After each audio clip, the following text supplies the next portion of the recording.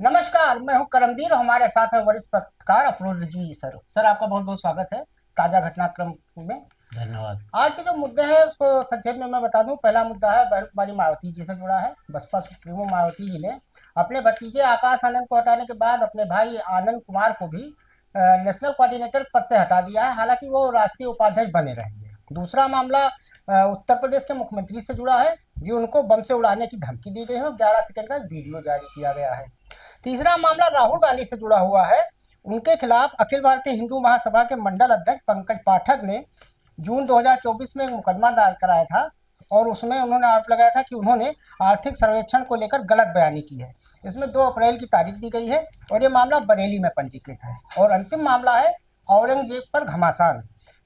आज यूपी के विधानसभा सत्र के दौरान मुख्यमंत्री योगी आदित्यनाथ ने चेतावनी देते हुए बिना नाम लिए अबू आजमी का उन्होंने कहा कि ऐसे विधायक को यूपी भेजा जाए। यूपी ऐसे लोगों का इलाज करने में देर नहीं करता है।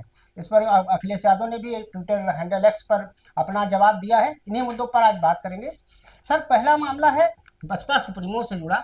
लगातार 3-4 दिनों से सुर्खियों में है बहन जी। जी। पहले अपने भतीजे को हटाया, अब अपने भाई आनंद कुमार को उन्होंने नेशनल कोऑर्डिनेटर के पद से हटा दिया है, हालांकि राष्ट्रीय उपाध्यक्ष बने रहेंगे। क्या कहेंगे, बसपा में चल क्या रहा है? देखिए, एक्चुअली बस अब एक तरीके से बसपा पार्टी जो है वो एक ऐसा इंस्टीट्यूशन बन गया है जहाँ पर लोग सिर्फ पॉलिटिकली जुड़े रहने से ही अपना लाभ समझने लगे हैं। बाकी जो चुनाव अभी तक हुए हैं उसमें बीएसपी की क्या हालत रही है, क्या लोकसभा में विधानसभा में क्या हालत रही है कि लोग उन्होंने पैसा दे करके टिकट लिया लेकिन जीते नहीं। लेकिन उससे ये पता चलता था कि लोग ये चाहते थे कि जो लोग पॉलिटिकली कहीं नहीं पहुंच पाते थे वो बसपा में पैसा दे करके पहुंच जाते हैं और टिकट में हारी सीट का पैसा लिया जाता है और जीती सीट का। तो ये अभी जो ये पद बंटने की बात हो रही है कि भाई को जो बनाया फिर भाई को हटा दिया, तो इसमें कहीं ना कहीं इस बात की बू आती है कि जिस आदमी को बनाया है इन्होंने, हाँ, रणधीर बेनीवाल रणवीर सहारनपुर के। बेनीवाल सहारनपुर के, वो भी काफ़ी हैसियत के दार बताए जाते हैं। वो टिम्बर मर्चेंट हैं शायद, उनका टिम्बर का काफ़ी लंबा हाँ, चौड़ा व्यापारी कारोबार है। हैं, हाँ। बिजनेस करते तो हैं। अब वो क्या कोऑर्डिनेशन का वहाँ क्या काम होता है, कोऑर्डिनेशन का क्या काम बीएसपी की जनता के लिए क्या है? मतलब पार्टी तो जनता के लिए बनी थी ना, जनता हित के लिए। अब काशीराम आप जी ने तो यही सोच के काशीराम, बनाया हाँ, था। आप जनता के लिए क्या काम कर रहे हैं समझ ही में नहीं आ रहा। चुनाव आप जीत नहीं पा रहे हैं, पिछले 10 साल तक आपका रिकॉर्ड ये है कि बीएसपी धीरे धीरे एक विधायक उनका बचा है, हाँ, लोकसभा में कोई है ही गायब नहीं। होती जा रही है। सिर्फ बहन जी हैं जब तक ये पार्टी का नाम चल रहा है। बाकी तो लोग, मेरा ख्याल है कि वहाँ सिर्फ इसलिए जुड़ जाते हैं कि हम बाहर जो है ये बता दें कि साहब हम फला राजनीतिक आदमी हैं, फला पार्टी में कोऑर्डिनेटर हैं, फला वो है। तो बेनीवाल साहब का भी हमको लगता है कि क्या मतलब बीएसपी ने क्या उनको ऐसा काम समझा है कि वो आकर के जनता के लिए बड़ा काम करेंगे।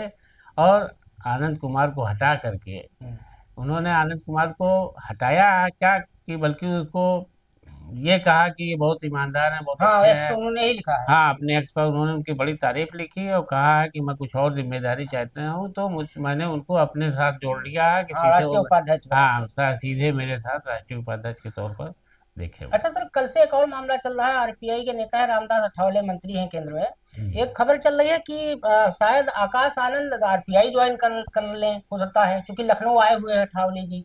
हो सकता है, हो सकता है कि ये, क्योंकि अब बसपा में कोई संभावनाएं बची नहीं है। हम्म, इलेक्शन जब अभी तक जितने भी हुए हैं हम्म, और वो इसी तरह से हुए हैं। और जो मैंने आपसे अभी कहा कि वहाँ सिर्फ टिकट लेने के लिए लोग जाते हैं कि जीत गए तो जीत गए, नहीं तो कम से कम ये तो रहेगा कि बसपा में के लीडर हैं। हम्म।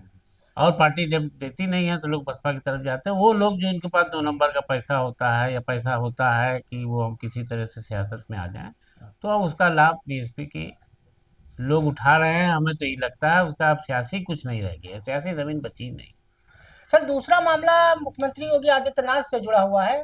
अक्सर 2-4 महीने में एक बार चाहे लेटर के थ्रू या ईमेल के थ्रू उनको धमकी मिलती रहती है। ताजा मामला जुड़ा है बस्ती में। एक तहरीर अक्षय कुमार दुबे की तहरीर पर बस्ती में केस दर्ज किया गया है। 11 सेकंड का वीडियो वायरल हो रहा है जिसमें मुख्यमंत्री जी को बम से उड़ाने की धमकी दी जा रही है।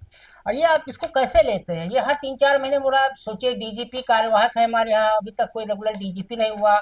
उनके एक चश्मे नूर हैं एडीजी अमिताभ यश साहब, इनको ठोको गुरु कहा जाता है। आखिर में ये लोग क्यों नहीं मुख्यमंत्री जी के खिलाफ, अगर ऐसी कोई साजिशें हो रही हैं, अभी पिछले दिनों राम मंदिर के बारे में भी ऐसी सुनने को मिला मैं था। यही कहने वाला था जी। करमवीर जी कि ये मेरी नहीं समझ में आता कि आपकी हुकूमत क्या इतनी कमजोर है कि आपको कोई मारने की धमकी देगा? अच्छे अच्छे को तो आप ठिकाने लगा रहे हैं। हाँ, मुखर्जी जी आज भी गरज रहे थे सदन में, आपने ठीक कर देंगे। उसको मारा, इलाहाबाद का जो गुंडा था अतीक, अतीक को, उसके भाई है अशरफ। अशरफ, हम्म। आपने उनको मारा, मुख्तार सारी के हाँ, वो जेल में उनकी हत्या हुई, हत्या कैसे हुई, हुई आपने हत्या हुई, मारा या या क्या तबीयत हुआ, खराब था। जैसे भी हुआ आप बयान देते रहे हम्म। सीना ठोक ठोक करके हम्म। कि हम तो मिट्टी में मिला दूंगा। मिट्टी में मिला दूंगा और ये है वो है। तो ऐसा कौन पैदा हो गया माइकल हाल जो हमारे सूबे के चीफ मिनिस्टर को धमकी दे सके? ये लेकिन वायु वाकई लेकिन बड़ा अब गंभीर हाँ, विषय है। गंभीर विषय है। या तो ये माना जाए कि वो बहुत कमजोर चीफ मिनिस्टर हैं, उनकी पकड़ नहीं, इंटेलिजेंस बिल्कुल कमजोर है उनकी, हम्म। कि ऐसे हो जाएगा कि मुख्यमंत्री को कोई मार देगा। हाँ, ये हर 2-3 महीने हाँ। में सुनाई पड़ जाता है कि। इसी तरह से राम मंदिर को लेकर के हो रहा है, हैरत की हम्म। बात है साहब। हम्म। देश देश के अंदर जो है सारी इंटेलिजेंस आजकल धार्मिक उस पर बहुत ध्यान रख रही है और जान भी रही है हाँ, कि डीजीपी साहब का रोज एक बयान जारी होता है, और पकड़ती है गुजरात की पुलिस वो राम मंदिर वाले अपराधी को। हरियाणा यूपी की पुलिस गुजरात, क्या कर रही है? हरियाणा हाँ, गुजरात की पुलिस और पकड़, यूपी के एसटीएफ बताई जाती है यूपी के बड़ी है। इस्तीफा को बताई जाती है। तो अब ये पता नहीं स्टंट है या सच्ची है। वैसे तो इसको गंभीरता से लिया जाना चाहिए कि इसको स्टंट या वो तो नहीं कहा जा सकता, लेकिन ऐसे मामला इससे पहले भी धमकी देने के आए हैं, लेकिन उसमें कोई वही सॉलिड चीज़ उभर के आई नहीं है। तो बहरहाल अब ये तो चीफ मिनिस्टर साहब के लिए खुद एक बहुत ही उसकी अब बात गंभीर है, विषय है, गंभीर विषय है कि सभी वो के लिए अपनी है, हमारे मुख्यमंत्री हैं। हाँ, अपने इंटेलिजेंस से पूछे कि ये कैसे किसी की हिम्मत हो रही है और कैसे वायरल हो रहा है वीडियो। हम्म। सर, हमारी जानकारी में कम से कम राहुल गांधी पर देश भर में 8-9 मुकदमे तो ही हैं जी मानहानि के। जी अब एक मामला बरेली में दर्ज हुआ है। भारतीय हिंदू महासभा के मंडल अध्यक्ष है पंकज पाठक। जी। उन्होंने जून 2024 में कराया था कि आर्थिक सर्वेक्षण को लेकर चुनाव के दौरान राहुल गांधी ने अनर्गल बयान दिया, जिससे उनकी भावनाएं आहत हुई हैं। बरेली मामला चल रहा है, उसमें 2 अप्रैल की तारीख हो गई है। उनके वकील गए थे, आज आधार उधार जमा कराया राहुल गांधी का। आप कैसे देखते हैं, राहुल गांधी के खिलाफ पूरे देश भर में मुकदमे हो रहे हैं। गुजरात वाले में तो खैर वो उनको पूरा नापने प्लाने बन गया था, 2 साल की मैक्सिमम सजा दे दी गई थी। घर वर भी उनका खाली हो गया था, सदस्यता भी चली गई थी। तो ये नहीं समझ में आ रहा, एक तरफ लोग राहुल गांधी को पप्पू भी बताते हैं, दूसरा उनसे डरते भी हैं। ये है क्या सहमत? जी जी जी जी। करमवीर जी, आपने देखा कि अभी हाल ही में डोनाल्ड ट्रंप ने हम्म। जेलेंस्की के साथ जो बातचीत की है, जो कुछ हुआ वहां पर, हम्म। तो ऐसा हुआ कि जैसे एक तानाशाह लीडर है और एक वो मामूली सा लड़का ललकार रहा है हम्म। जेलेंस्की को, यूक्रेन के राष्ट्रपति को, ऐसा दिखलाया गया। हम्म। और उस वाकये को यहाँ पर अपने भारत के अंदर हम्म। पप्पू से, अरे राहुल गांधी को पप्पू समझ करके उसकी फोटो लगा करके जोड़ करके दिखाया हाँ, वो जाने लगा। जेलेस्की वाला चेहरा लगा के सदन अब वाला। बताइए आप उसको जो है हर वक्त डैमेज करने के लिए, हम्म। यानी वो पूरा मिशन है हम्म। हम्म। कि राहुल गांधी के खिलाफ इतना कर डालो हम्म। कि वो किसी भी तरीके से राजनीति पे खड़े होने लायक न रहें, और जैसे ही एक मुकदमे से छूटे झट से दूसरा मुकदमा खुल जाए। हाँ, मुझे याद है पिछली बार जब स्मृति ईरानी जी चुनाव में सदन में थी, चुनाव जीत गई थी, तो स्मृति ईरानी के तो शशिकांत, क्या नाम है उनका, वो झारखंड वाले एमपी साहब जो हैं, हाँ हाँ, दुबे, उनके दो के निशिकांत दुबे। निशिकांत दुबे, इन्होंने तो बाकायदा जैसे लग रहा था सुपारी ले रखी है राहुल बस गांधी बस के बस, खिलाफ। मैं यही कहना चाह रहा था कि इस वक्त बीजेपी के अंदर ये कोशिशें रहती हैं कि वे किसी भी तरीके से राहुल गांधी को, हर जिले का आदमी या हर जिले का संघ का से जुड़ा या बीजेपी से जुड़ा आदमी सोचता है कि ऐसा करेंगे तो हम मोदी जी के बहुत करीबी हो जाएंगे और पार्टी में हमारी बड़ी अहमियत बढ़ जाएगी, यानी। और दूसरी तरफ ये कि पप्पू पप्पू कह करके उसको इतना हल्का करके बताते हैं, कितना व्हाट्सएप पर चलाया गया, क्या कराया। लेकिन जब उसने ये पद यात्रा की, पैदल यात्रा की, तो अच्छे अच्छों के होश उड़ गए देख करके। भारत जोड़ो यात्रा। भारत जोड़ो यात्रा जी। निकाली तो अच्छे अच्छों के होश उड़ गए देख करके। ये तो गांधी जी की तरफ पर चल चल रहा है। अब ये ऐसे ही चला तो पूरा देश इसके साथ खड़ा हो जाएगा। तो अब ये कोशिश करो कि फिर से इसको जो है इसी तरह मामले में कमजोर करने की कोशिश करो। तो ये सिवाय राहुल गांधी के खिलाफ व्यक्तिगत जो वो है, इसके तरीके से नफरत और वो दुश्मनी निकालने की बात है कि बीजेपी के लीडर या बीजेपी के कार्यकर्ता या जो भी हैं, वो यही चाहते हैं कि मोदी जी ने चूंकि नारा दिया था कांग्रेस मुक्त भारत। कांग्रेस मुक्त भारत, तो कांग्रेस मुक्त भारत, तो वो जब उसने सुना राहुल गांधी ने, तो राहुल गांधी सीधे मोदी युक्त भारत पर लग गया कि जो इतनी मोदी जी के खिलाफ हाँ, बोलो। 240 पे आ गए, 400 पार जा रहे थे। हाँ, तो वो मोदी के लिए कहने लगा सारी बातें, चौकीदार चोर है और क्या क्या नारे लग लग गए। तो अब जाहिर है कि राहुल को बर्दाश्त तो नहीं किया जा सकता, तो अब ये किसी न किसी तरीके से उसके खिलाफ चलता ही हाँ, कभी रहेगा, कभी जॉर्ज लेकिन सोरोस को ले हाँ, आते हैं। तो इसमें कोई बहुत अचंभे की बात नहीं है कि बरेली में हुआ है, कहीं भी हो सकता है। राहुल गांधी के लिए तो राहुल गांधी ने तय कर लिया है कि हम सच बोलने से पीछे नहीं हटेंगे, और जो बोलते हैं वो, तो उसका कोई इनके पास जवाब नहीं रहता। तो अब ये उसको अपमान, मानहानि, यही हाँ, अलग अलग जगह खूब बहुत सारे हैं। यही समझ में आता है कि चलो उसी जा, बहाने हाँ, थोड़ा स्टारडम मिल जाएगा तो। स्टार्टअप मिल जाएगा, कुछ तो चलेगा। एक सर मामला बड़ा हास्यास्पद है, समझ में नहीं आ रहा है कि महाराष्ट्र का मामला है। वहाँ के सपा विधायक हैं अबू आजमी। जी। उन्होंने महज इतना कहा था कि औरंगजेब एक महान प्रशासक है और उनकी प्रशंसा की थी। फिर उसके बाद महाराष्ट्र विधानसभा में मुख्यमंत्री ने और शिंदे साहब ने, सबने खूब उनका लालन मनालन की। उन्होंने माफी मांग ली अपने उसके लिए जो उन्होंने कहा था। अपने उसके बयान। बाद आज उनको महाराष्ट्र विधानसभा ने इस पूरे सत्र के लिए निलंबित कर दिया। हम्म, अब अबू आजमी के बारे में एक आम तौर पे चर्चा है कि वो कभी कभी भाजपा के लिए बी टीम की तरह खेलते हैं। बिल्कुल सही उनको आप कह रहे हैं। उनको इस समय ऐसे बयान देने की क्या जरूरत थी, जब वहां से शिंदे साहब, अभी कल ही आप चर्चा कर रहे थे हम लोग कि वो गए थे 4 बजे अमित शाह से मिलकर आए थे। और ये मामला आज यूपी की विधानसभा में भी गूंजा। मुख्यमंत्री योगी आदित्यनाथ ने कहा कि ऐसे विधायक को यूपी भेजा जाए, यूपी ऐसे लोगों का इलाज करने में देरी नहीं करती। उसके बाद अखिलेश यादव ट्विटर पर जुट गए।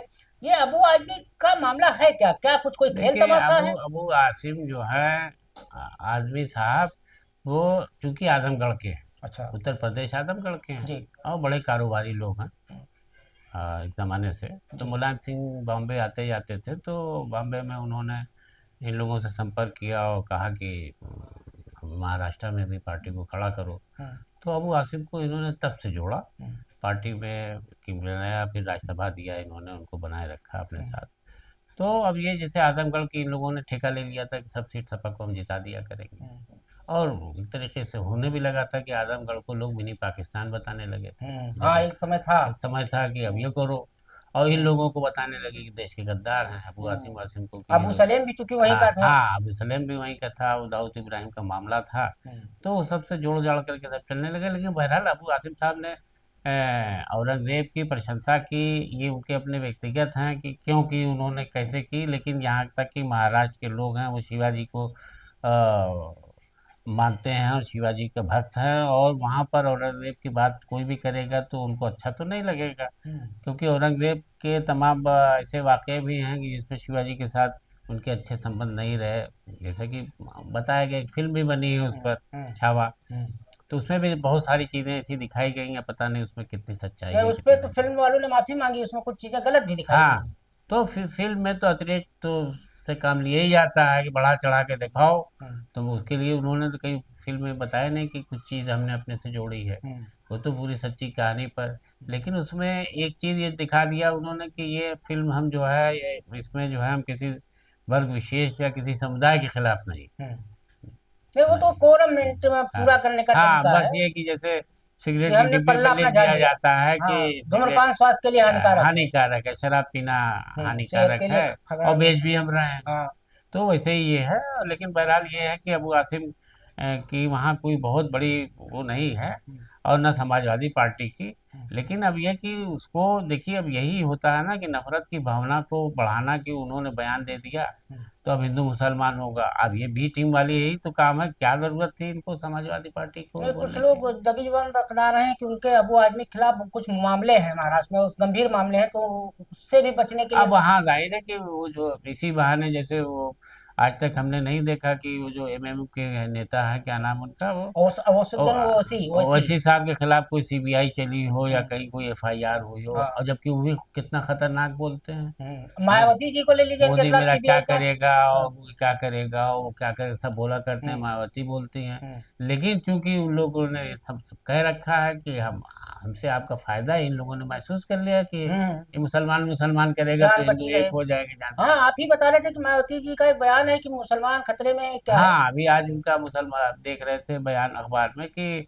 मुसलमानों के साथ बड़ा अपमान किया जा रहा है, बीजेपी में बड़ा उनका धार्मिक भावनाओं को ठेस पहुंचाई जा रही है। तो मेरी नहीं समझ में कि कौन सी धार्मिक भावनाओं को ठेस पहुंचाई जा रही है। भाई रमजान चल रहा है, लोग खूब बिरयानी खा रहे हैं, खूब बढ़िया अफ्तार कर रहे हैं, सब कुछ हो रहा है, इसमें क्या। हाँ, ये कि अब बहरहाल की इस हुकूमत में थोड़ा बहुत जो ये आरोप प्रत्यारोप चले हैं कि सिर्फ मुसलमानों के खिलाफ निशाने पर लिया जा रहा है, बदमाश मारा जा रहा है, ज्यादातर मुसलमान मारा जा रहा है ये।